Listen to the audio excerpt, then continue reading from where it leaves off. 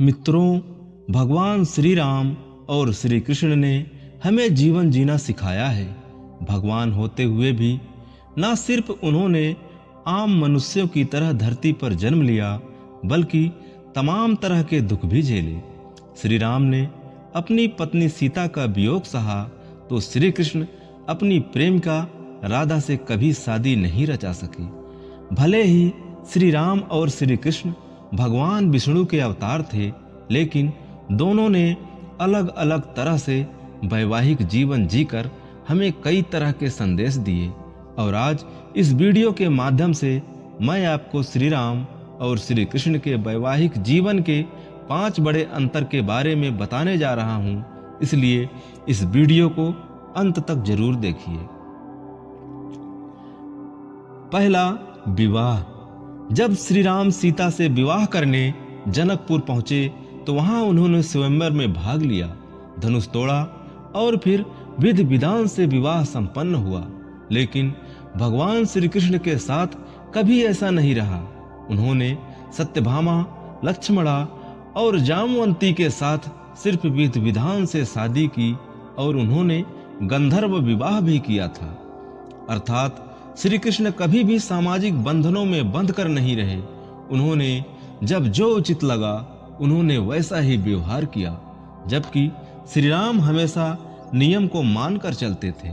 अपने गुरुजनों और माता पिता की बात कभी नहीं टालते थे। और यही श्री कृष्ण और श्री राम के वैवाहिक जीवन का पहला अंतर था। दूसरा, पत्नी धर्म।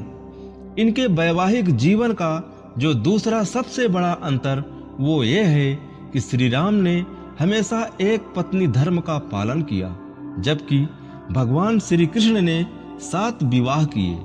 इसके अलावा उनकी 16,001 पटरानियां भी थी। हालांकि 7 विवाह करने वाले श्री कृष्ण बचपन में गोपियों से भी रास रचाते थे।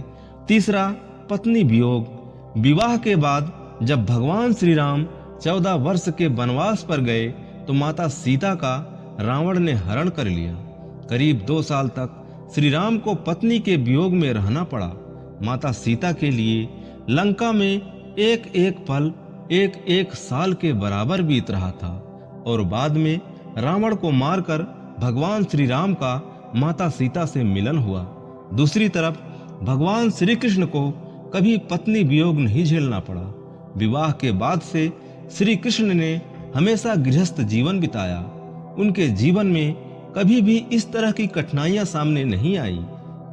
हालांकि उन्हें अपनी प्रेमिका राधा का वियोग झेलना पड़ा था। चौथा, पत्नी और प्रेमिका के साथ नाम। मित्रों, वैवाहिक जीवन का सबसे बड़ा और चौथा अंतर यह है कि श्री राम का नाम हमेशा माता सीता के साथ लिया जाता है। श्री राम ने पति पत्नी के रिश्ते की मर्यादा को परिभाषित किया है, उसे जी कर दिखाया है। उन्होंने ये बताया है कि कैसे पति पत्नी के बीच मधुर संबंध होने चाहिए। दोनों को एक दूसरे का संकट काल में साथ देना चाहिए, चाहे राजमहल छोड़कर जंगल जाने की परिस्थिति ही क्यों ना आ जाए। फिर भी पति को पत्नी का और पत्नी को पति का साथ नहीं छोड़ना चाहिए। जबकि श्री कृष्ण का नाम उनकी पत्नी के साथ नहीं बल्कि राधा के साथ लिया जाता है, जो उनसे अत्यधिक प्रेम करती थी। श्री कृष्ण ने लोगों को प्रेम करना सिखाया है। यही वजह है कि आज भी राधा कृष्ण को प्रेम की मूर्ति के रूप में माना और पूजा जाता है। पांचवा, पत्नी मृत्यु।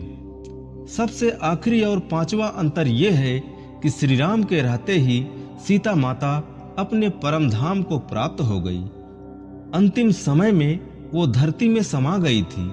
हिंदू शास्त्रों में ऐसा उल्लेखित है कि पति के रहते अगर पत्नी की मृत्यु हो जाए, वो सुहागन परमात्मा में विलीन हो जाए तो वो उसके अच्छे कर्मों का फल है।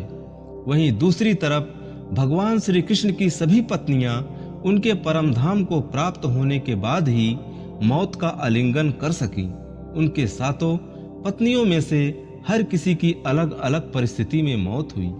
तो मित्रों, ये थे वो 5 अंतर जो हमें बताते हैं कि भगवान श्री कृष्ण और श्री राम ने किस तरह धरती पर अवतार लेकर हम मानवों को एक अच्छा इंसान बनने से लेकर गृहस्थ जीवन जीने की शिक्षा दी है, लेकिन अलग अलग तरह से। पारिवारिक रिश्तों की अहमियत को समझते हुए अगर हम भगवान के बताए रास्ते पर चले तो कभी जीवन में किसी भी तरह की बाधा नहीं आ सकती। श्री कृष्ण ने तो ये भी संदेश दिया है कि हमारे अच्छे कर्मों से सीखो। हमने जो गलत कर्म किए अगर उसका पालन किया तो उसकी सजा मिलनी तय है।